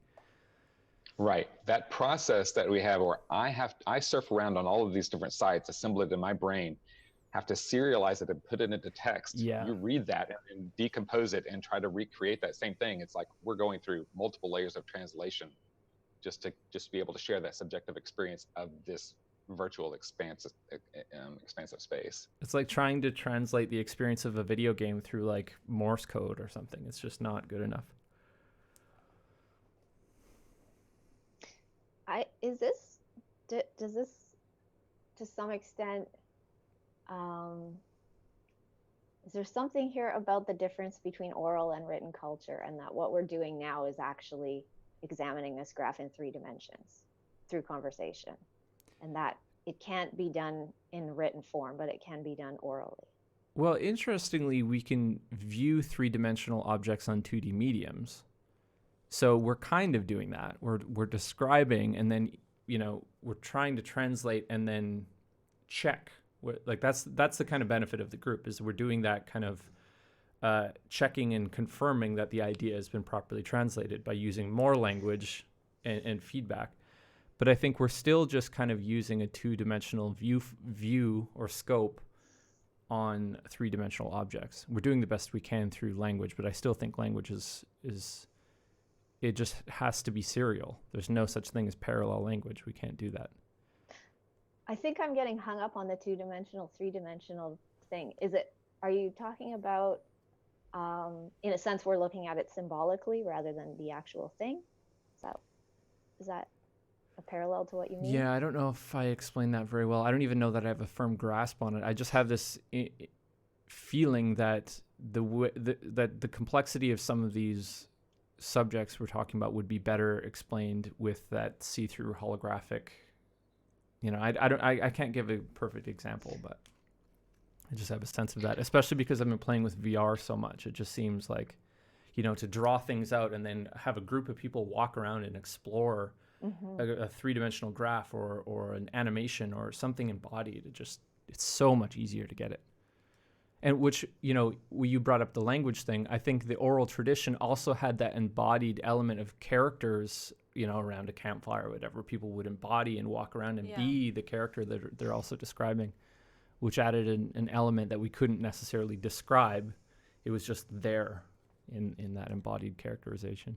There's also that point about language used for training and language used for explaining. So here he's really trying to use the language for explaining to help map out these things, but he's not using the language for training to help people actually experience these states. And so if you're working with a meditation teacher or app or whatever, then it would actually use the language of training to help you produce the state and experience it for yourself. And then that creates the holographic experience. Yeah, that is true. It's so difficult to go in and out of those 2 modes. For Which me, it relates to the oral tradition, sorry, really quickly, because what Mike said, like a lot of it was so experiential, like in a tribe with some elders around the fire, they would actually help put people into a state by doing different kinds of practices with them rather than just explaining with words. I was going to say, like, I would love to be able to explore these things in 3D, but I also think there's a certain amount that gets lost in the trying to make the graphic better instead of the actual experience of doing it, right? Like the experience of meditating, be able to zoom in and zoom out is the more important piece than being able to put on VR glasses and experiencing that way, which is just kind of asking someone else to work out for you, right? Like asking, but they're all important because the more we can get that, the VR, the faster we get people to the point where they're like, I need to do the workout. I need to actually get and do the work. And that it's like that there's a certain amount of fundamental information that we can disseminate in that way of like, okay, we can zoom in and zoom out, make it opaque, make it transparent. Those might be the same thing. And then there's the other piece that is, I don't need you to agree with me, right? Like there's a fundamental, gravity works a certain way, science works a certain way that we can argue and find data on, even if it's not black and white.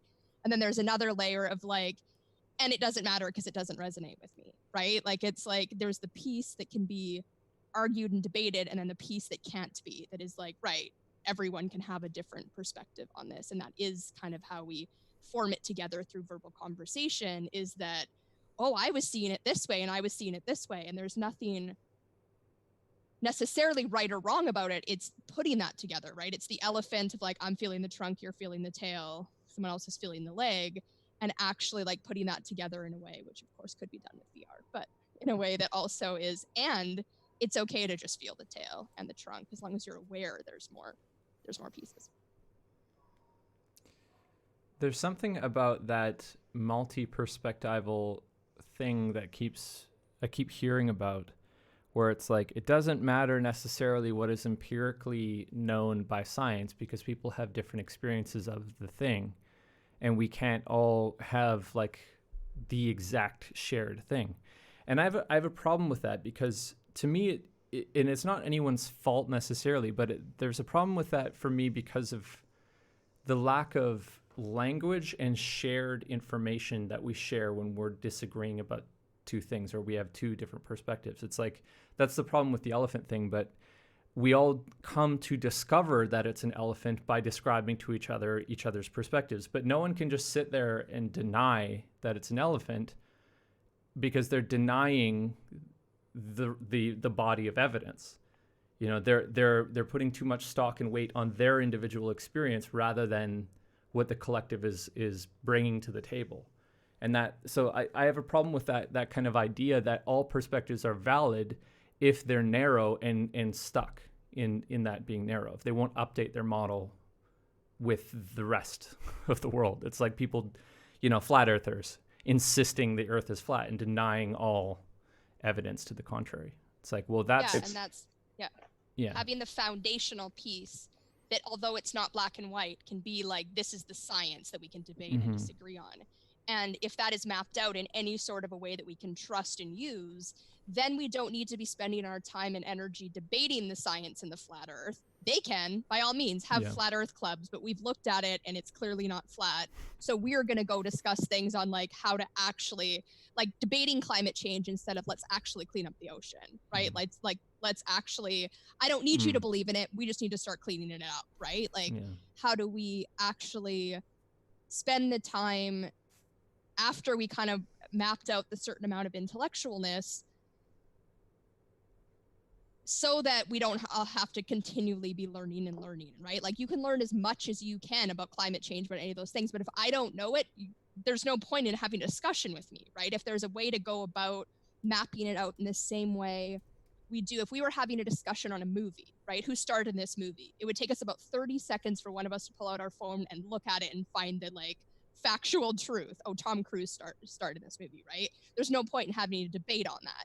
When we can map out science, history, economics in as much as we can that way, then we can spend more of our time being like, and if you disagree with it and you're a flat earther, awesome, go for it. That's not the truth. That's not the rest of our, but like to be able to actually get like the thing written out and put in a way that so we can build on it and do other things.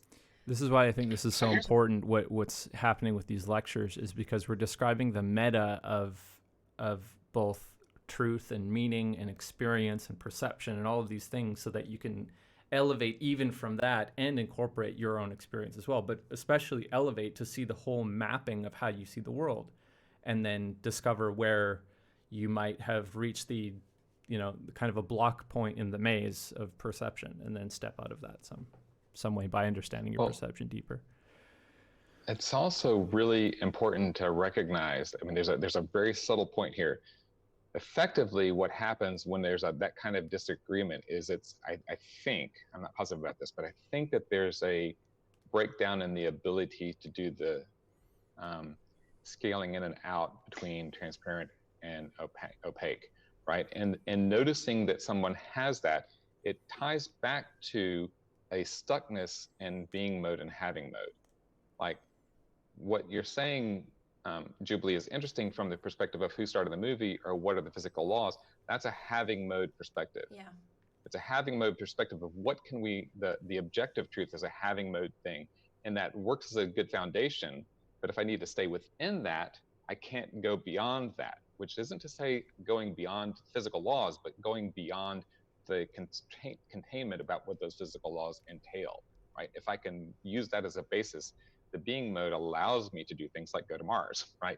So it's an interesting shift in awareness and recognizing that the challenge for people, it actually is interesting for people that noticing that when there's a debate, and I watched a lot of the flat Earth debates, so it's interesting because I was curious about what is it where the two are talking past each other and not able to see that it's a scaling factor. It's both the science person and the flat Earth person are having a problem with that scaling in and out. But if you get to the point of the science person or whoever being able to say, oh, okay, for this question, that's not an issue. For this other question, it is. And being able to explore that, it's a very different, it's a very different way of navigating this space. I just wanted to point out that neither of, so when he's talking about these two mystical experiences at the extremes of scaling up and scaling down, that neither of them have any content. Neither of them are about the having mode. So it's not about oscillating between the having mode and the being mode. They're both in the being mode. They're just different kind of extremes of the being mode. So neither of them can be a kind of empirically grasped or intellectually grasped. It's purely experiential. Like there's nothing that you can say about it. It's like the Tao that can be spoken is not the real Tao again. So I just wanted to point that out, that it's not about having mode at all. I think there's something too about exactly what David's saying, and then how we evaluate the, I don't know what word to use. I want to say value or validity of somebody's view, right? If all views have some truth, let's say that is true to the extent that everyone has their own perspective. But how do we tell whose views have more truth? If I can look around at everyone, let's use the metaphor of cameras. If everyone has a camera and we're all taking a picture of the same thing, we're all standing around in a circle, and then we all get to look at our photograph and talk about it and see who's got a picture of what. And some people will have a really high fidelity picture that they took, and some people will have like a grainy film that doesn't look like anything much, and they'll have their own idea about what the picture is. But to the extent that you can tell whose cameras are working well, in other words, someone who's moving back and forth in a balanced way on this chart, in and out, then you'll be able to tell whose pictures have more value and whose pictures have less value in terms of making sense of reality, if that I think it really depends on the thing being observed, though, too. There are a lot of complicated things or complex things that are, well, let's just use the past, for example, because it's hard to tell what is currently happening where the majority of people believe something, but something is wrong. But, what's an idea from the past that we used to believe? Anyway, there are plenty of physicists who've been, even Einstein has been wrong about several theories. Even the EMC or E equals MC squared theory has been proven wrong in some forms. So anyway, the idea is that it can be incredibly difficult depending on what we're measuring to figure that out. And to me, it's also incredibly difficult to show someone where they're having that scaling problem or not able to see how they have locked themselves into a perspective.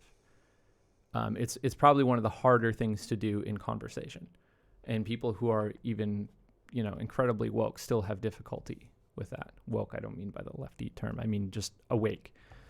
It's still difficult. So in my mind, you can't even have debate about what is true with someone if they're stuck in that locked in perspective. You cannot even have a productive discussion about the thing. You have to go way back and have this type of meta discussion. Like they have to become sovereign before you can ever progress anyway, and be able to be agile between that zoomed in and zoomed out perspective. Otherwise, it's just going nowhere. Yeah. No, I agree. I think what I'm saying is you just don't talk to the people who have a grainy photo, because it's not going to get you anywhere. There's two points that I wanted to bring up about this. So to comment on what Mike said, that John Vervaeke here talked about, that there are two important moments to having an insight, is breaking up the gestalt or the incorrect framing, and then de-automatizing the cognition. So learning to bring things in and out of opacity. So when you're saying, like, when people are stuck in a perspective, the frame breaking hasn't happened yet. Yeah. But then there's a second thing to it as well, where you can move between looking through something and at it. So you're not just looking at something and like you're looking at something and I'm looking at something. We both have to be able to look through it and look at it. Mm-hmm. And the second thing that I wanted to bring up, what was it? If I can remember now. I'll come back to it. To say what David had said about the having and being, and like that map that John Vervaeke put up isn't the having and being, but what we were talking about mapping the territory that can be mapped, or having that there is like we all have the same having, which is the intellect, the information, even if it can't be put in black and white, so we can concentrate on the being, so that we can then experience that zooming in and zooming out. And I think there's a piece of that you can give people even with the grainy photograph. Like we can map Paris. Even if we're going to disagree on like which coffee shop's the best, we can map it and we can know where those coffee shops are. And then if they're arguing which one's the best, it's like there's a way to bring it back to zoom in and out of physical space, to zoom in and out of the elephant, where it's like we have the having, so now we can focus on the being. So now we can ignore the people with the grainy photographs to a certain point and say, and I want to talk to people with the high resolution photograph, right? You can put those photographs together and render a 3D object when you put them all together, including the zooming in and zooming out. And I don't know if the grainy ones are very helpful, but they don't know it's grainy, right? The only way to kind of show them it's grainy is to show them the other ones, the zooming in and zooming out. And I feel like I got to way too many analogies, but I wanted to touch on the having and being. Yeah, I remembered the second thing that I was going to say. And that's even when we talk about the photograph, like is the photograph high fidelity or low fidelity, even then we are doing it from a point of agreeing on a frame. Like we're agreeing that a photograph is an accurate way to measure whatever we're looking at. And that's like, okay, so that's the average, camera is calibrated to the average human capacity to perceive color. But it's completely not picking up on the X-rays, the microwaves, all the other vibration and radiation in the background, because we have collectively decided that that's not relevant. So even here, like it's not actually looking at reality, it's just looking at a frame of reality. Are we still in a metaphor here, though? Because this is meant as a metaphor. Both. I think it's good to extend it, though. I think it's it is there's a separation, but they also work together. I think it is valuable to extend it in that direction, for me anyway. Same here, and it does feel incredibly nitpicky in a way. That's very funny. That one of the aspects of this is I want to defend the grainy photograph. I do too. Yes, me too. That's so funny. Me too. There actually is Yeah. there actually is something, but the perspective of someone with a grainy photograph is, can they do the transparency to opacity shift of saying, okay, I'm looking through, but when I look at this graininess, notice here's something we missed when looking at the crystal clear photograph, you know, and it's able to point to something that was missed otherwise. It's not the graininess of the photo that matters. It is someone's awareness of the state of their camera that matters. That's all that matters.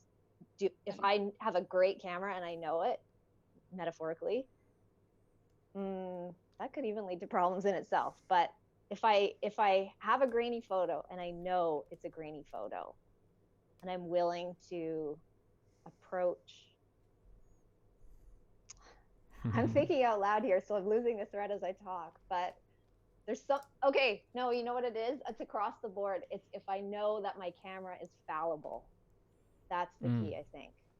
Yeah. Well, whether my photo is grainy or clear, if I know my camera is fallible, then I can talk to other people and make better sense of my photograph. And it's also, if your photograph is taking an X-ray and you don't know it's taking an X-ray, and you're actually arguing that like something else that isn't there, but you're right, you're getting something that someone else isn't getting.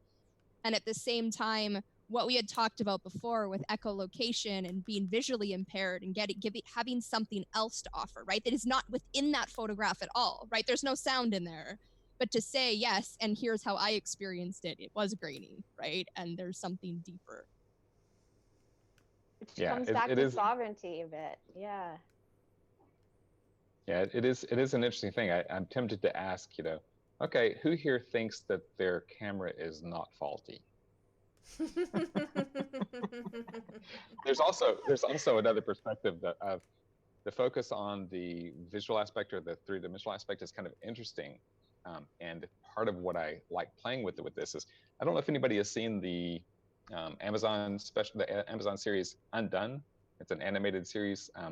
There's an aspect in there where she has an accident and can see between worlds. She sees her dead father, and her dead father wants her to help solve a murder mystery. And he's in order to solve the mystery, he's teaching her how to adjust time. It's like, okay, focus on it, move the keys, but don't move the keys. And she's like, what do you mean? Don't touch them with your hands and don't touch them with your mind, but shift time. And she's like, what are you talking about? And all of a sudden, the shadows start going around, and then somebody comes in and grabs the keys, and she's like, oh, did I do it? And it's just this weird transmutation of time as well as the other stuff. And it's like, but so there's something fun and playful about that notion of the way that time works and the impact of changing time. It's in the same way that it's a kind of zooming in and out, speeding up and slowing down of different aspects of that when I use that as a metaphor and include time as that, the reason I mention it, and it's a very powerful, I don't know if anybody here has had this kind of experience, but I had someone who led me through a process of going back to a memory of my childhood that had a somewhat traumatic impact and replaying it from a different frame, from a different mental space. And doing so actually changed my experience of the memory. Something that had been a traumatic experience for me became a compassionate experience of my relationship with the person who had, you know, hurt my feelings. And it was like, wow, that had been a brick in my wall of experience that seemed immutable. But this actual translating through time and shifting perspective, this zooming out and zooming in is like, nope, that's pliable as well. And that's really all we have is the interpretation of that piece. So it's very fascinating when we start to become facile with this kind of opponent processing in multiple dimensions across these various axes. Yeah, and I actually really like that point where it leads, because it is across many different axes. You know, in this image here, on John's lecture is just 2 axes, but actually it's so many because we have so many different senses, and then the ways that they interact and interplay with each other. Our sense of time, our sense of sight, smell, touch, taste, our sense of self, our sense of relationship to other people. So it's not just the 5 senses, it's so many more. Yeah, without having something that we're measuring to agree upon, like fidelity of the image. I mean, there's so many different ways to measure whether it's relevant or better or worse than the other. Like you could look at the grainy out of focus photo and compare it to the perfect in focus one and recognize that my dad who's passed away is actually really shitty at photography, and I can tell that he was holding the photo and that, or the camera in that one thing. So I like that image better. You know, that there's like all kinds of different ways to interpret that. So without absent of the thing we're measuring, it's just kind of like navel gazing. You know. Yeah, the one thing that it came to mind and continues with that metaphor is where's the art? Because I personally really like grainy photos, and I like shooting in black and white and like high ISO and really. So where's the art in that? And I guess we're not really talking about art more. The other thing I'm thinking about is how much of this is just where we are as a species, I guess. If you think back 2,000, 3,000 years or 50,000 years ago when we're strictly in the oral tradition, and then we move into writing. And as each of these technologies kind of advance, writing and then printing, now computers, now holography, how much of it is learning the new how to use the new systems? I mean, because I can imagine similar conversation when the first person sat down and said, well, I'm going to take this oral tradition, this guy that's telling us this story around the campfire, and I'm going to write it down so that other people can experience it. And then as you move, then that's improved. Now it said, I'll put it in a book and I'll print it so that it's easier to carry around and read it. I mean, where does that fit in to what we're talking about right I think that's a really good question, and it's actually one of the things I was thinking about. And when we write it down, it persists unchanged, right? It has and watching people who have a discussion live with each other versus people who are discussing through letters has a very different feel, right? There's a longer arc between interactions. So the number of branching points where they can say, oh, let's take this side road in this part of the conversation might get missed. It's very challenging to do that. There's also another aspect of that, which is I wanted to mention in the latest the November 15th discussion between Jordan Hall and John Vervaeke, where they're talking about a religion that's not a religion, developing that idea. They've mentioned the holography versus photography, and the part of that that's really fascinating is in a photograph, if you cut it in half, you have 2 halves of the world, but with the same resolution. Whereas with a holograph, if you cut it, you end up with the same world, but with different resolution. So you get so it's a very different way that the information is encoded. And so in a holographic perspective, adding people just adds resolution to the same world. That's cool. Nice. Yeah. It's a very intriguing kind of a thing to notice that that's a different axes, right? And it's no longer about, oh, the fuzzy one doesn't add information. No, it does add information. It adds a layer of shadowing there or whatever. It's interesting. And the metaphor breaks down to some extent, but it does really work well to discern that that's a whole different axis that has a different impact with adding additional components. Isn't that the same continuum from spoken to written to, I mean, isn't it just another place in that continuum? From Yeah. half of the holograph that's not got as much resolution to the then more because there's more.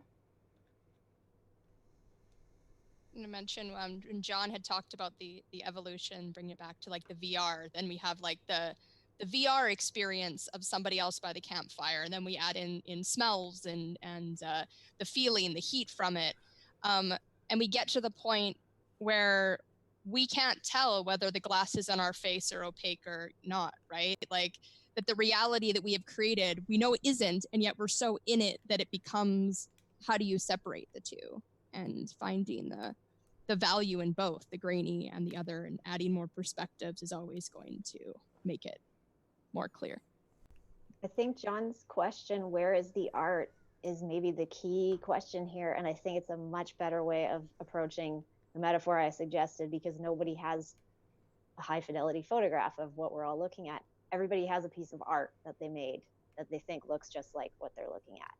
And they're all completely different. And that's where the art is. Every photograph is a piece of art. And that holograph is somehow made up of that collective art. And yeah, it's something, it's the idea of the photograph is somehow approaching it through having mode. And it's something in the being mode of how the photograph is made that's important. And that's, I'm just playing with this metaphor in real time, so don't mind me. Yeah, it's the participatory knowing again. Because your experience of something being art is participatory knowing, rather than just, trying to analyze the flat picture. There's an interesting comment in the chat saying about that our ability to perceive discrete states, that they're just stacked on top of each other, and they create an illusion of continuity of perception. And so how can we perceive the gap in between the states if it's all just a bunch of discrete states? Ooh, that is well put. The illusion of continuity. Mm-hmm. Because you have a snapshot. Mm-hmm. It's actually, there's an interesting thing. So in a lot of, specifically meditation, so John here talks about the distinction between contemplation, where you're perceiving the gestalt, like the wholeness, the unity of everything, that's like ultimate continuity. And then the opposite is meditation, where you're trying to perceive the parts as granular as you can. And eventually you end up in the state, which is like the pure awareness or pure perception that he talks about, where it's like ultimately granular to the point that it's nothing, basically. So I guess that could be called the kind of the gap between the discrete frames or states. I'm not explaining this very well, but experientially it is something that I've experienced in meditation, where like it's almost like every sense is pixelated, and every sense has its own different pixelation, like sound, vibration, like you can actually perceive individual vibrations of sound, or if you really pay attention to the visual field, you can perceive the different flickering of like the blood coming in and out of the retina, the pumping. So it is, but I think in perceiving the pixelation, you can also see the gaps between, even though there's kind of nothing in the gaps, but you can see that there is a gap. And so one thing that they've studied is with Buddhist monks. They put them in an MRI machine, and what they've noticed is that people who've done a ton of meditation, like 30 years of meditation or whatever, actually have more resolution of this pixelation. So an average person can perceive something like 30 bits per second, and a person with 30 years of meditation can perceive 60 bits per second. But it's still bits, like it's still not continuous. I just thought it was relevant to the question.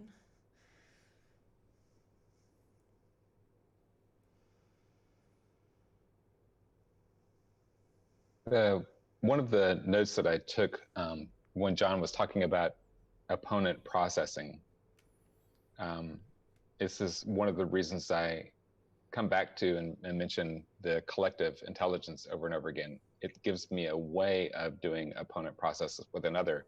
But I also noticed that the various ways, just with myself, I don't need another to do that, so that I can do the different perspectival shifts and all of that, and get different opponent processing. What I notice is, when I get stuck on a particular perspective, I notice that I get stuck in some having mode thing. The experience is either or an oppositional sense of awareness. And when, similar to the blind philosophers aren't talking to each other about the elephant, but when I shift to true opponent or opposable processing, now there is a sense of wholeness from that experience, and the shared information gives that opponent processing the ability. It's very similar to what you were just saying, Evie, about the increased granularity and ability to know, the intuition in the moment of which shift will give me insight, right?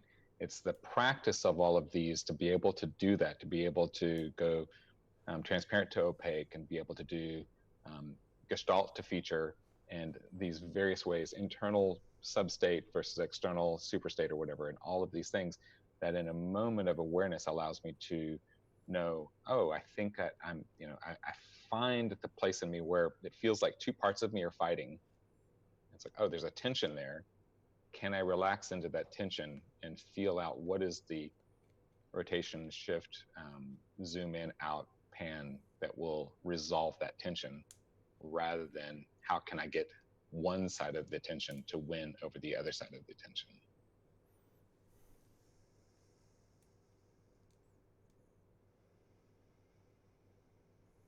I like this as well, Matthew. You had said in the comments earlier that it's kind of making love with consciousness.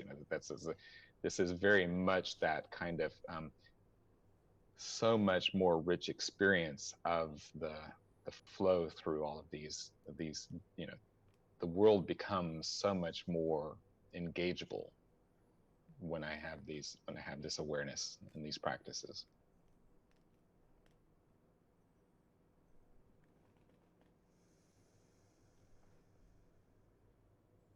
Yeah, I've been chewing over as the conversation's gone on. The thing that I'm really caught on this evening of this whole conversation is the meta awareness of the location. So we've all got some sort of facility for zooming in and out and left and right.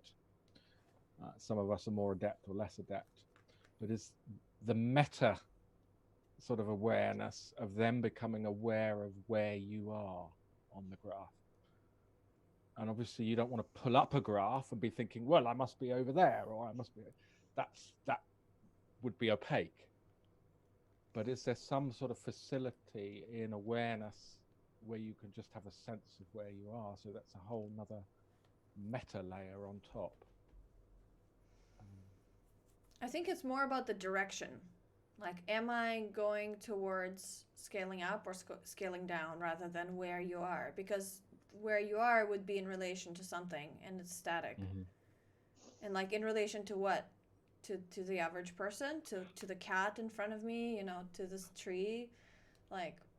Well, I do coaching, so I've been thinking of it in terms of my I enter into a very profound connection with somebody else, and some of the time I experience no separation, that I'm experiencing them. My listening is so acute that I'm experiencing no separation.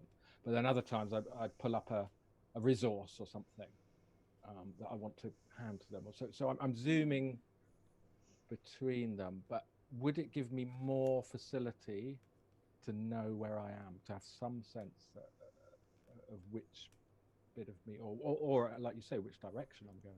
I think that would be more useful. Like, when you're feeling oneness with your client, that's scaling up. Oneness is the term. And when you're seeing the details, and when you're like a impartial observer and moving further kind of and noticing all the things as separate from you, that would be scaling down. There's a thread in this conversation I've noticed that I've been struggling to articulate, but I think it's something about the value judgment of what is being perceived. Like, is this thing better than this? How does it compare to this? Where do I stand in comparison to the person I'm talking to?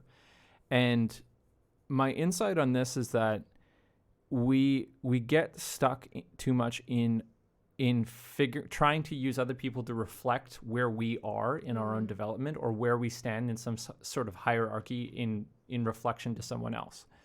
And in my mind, it's better and more useful to stay in that non-judging perspective of just receiving data, and then when the necessity to know the relationship comes up, or measure something, or have some sort of hierarchy, you already have all the data because you've been listening properly. Whereas when you're stuck trying to compare all the time, you're not listening properly. So this whole value judgment thing, if it has a purpose outside of just monkeys comparing status, and is actually like being meant to apply to solve a problem or figure something out when that thing arises, then that's the place to do that. But it just seems I'm getting confused in the conversation sometimes when we're talking about, like, is this better than this? It's like, well, that only applies if we're measuring something, but we haven't stated the thing being measured. Like, what better in what regard? You know, how does it? What is the thing that matters to me about how I'm comparing to someone else? I feel like it was because I can't remember what you said when you first brought it up, but it was something about the idea of some value, some people's positions not being wise to value all positions equally. And so there then became a value judgment of how do we determine how we place value on people's positions. I think that was where that thread originated. But I wasn't attempting to, like, in saying that, I'm not saying that I'm not placing everyone on this hierarchy and saying yours is less. I'm instead saying don't value them. Like, don't place them on the hierarchy until you know what you want to measure. Because otherwise it's just arbitrary, and you're just, you know, it's just monkey status pissing contest kind of stuff. Yes. Okay. Which I think was where, when I said don't talk to people with photos, I think that's what I meant, is they don't go on, like, it's not a value judgment. It's maybe I don't have the words for it, but basically what you just described. It's like there's a certain level of information that you need to have before you can decide how to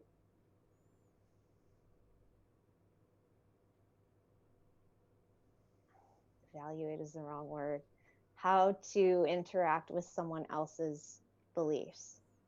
Does that make sense? Yeah, and I think this relates to circling, why circling is such a valuable and important process, because you're suspending the desire to judge and place people on sort of a map or a ranking system, and then tell them how they're doing it wrong and how they can do it better. It's like you're suspending all of that. You're just inputting until potentially it may never come, but until potentially they ask you straight out, what can I do with this?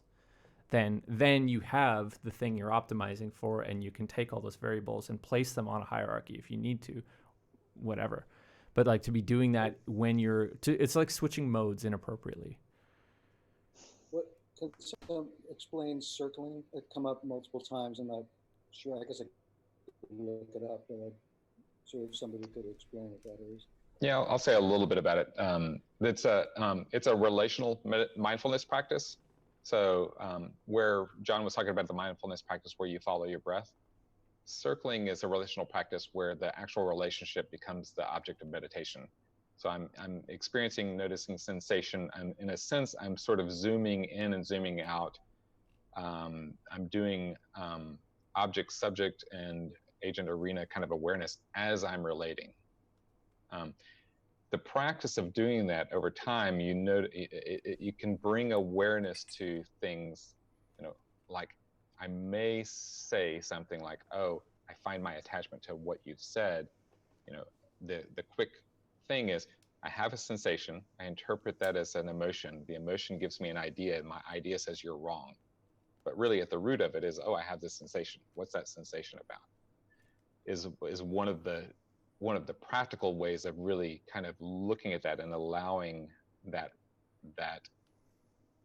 in the moment, present moment experience in relating with another to have a richer, broader mindfulness awareness of the possibility of what's happening in the relational space.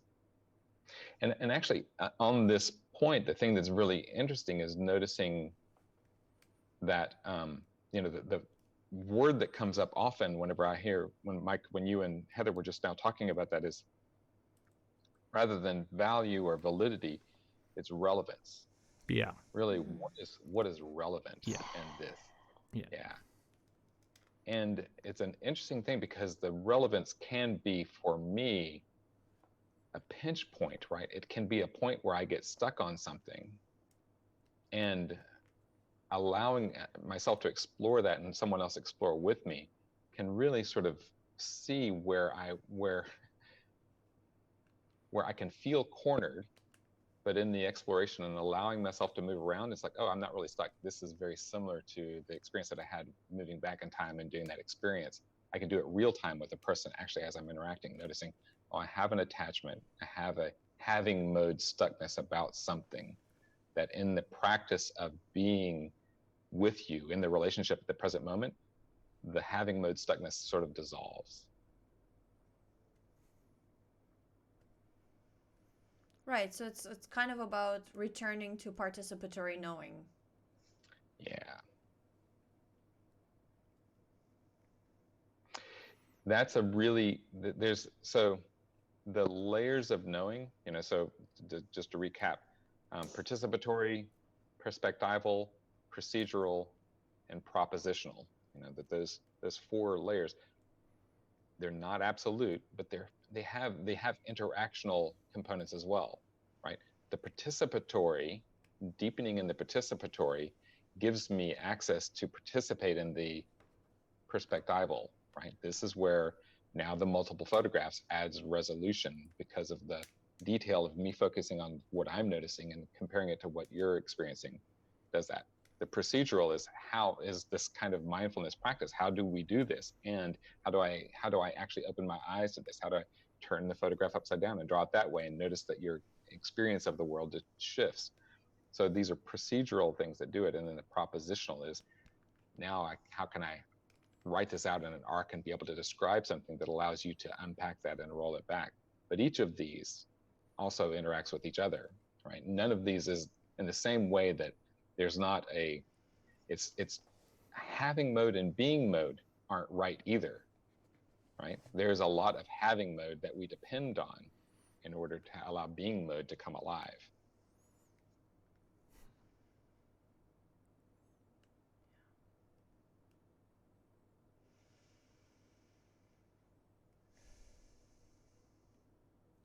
What do you think? Should we wrap this up? Yeah, there's something about the value thing that I feel I want to discuss more, but at the same time, I think we've already covered it. Like the assumed implicit presence of value in whatever is being discussed. It's like value, and I'm really just responding to Jubilee, and she's not here anymore, unfortunately, but like it was just implicit in the conversation quite a lot, and I felt like it needed to be investigated, like, because it directed quite a lot of the conversation from that point. But I think we've covered it. Like, I think it relates to the way that John uses frame, because it's like you have a specific frame, like from which something is valuable. Yeah.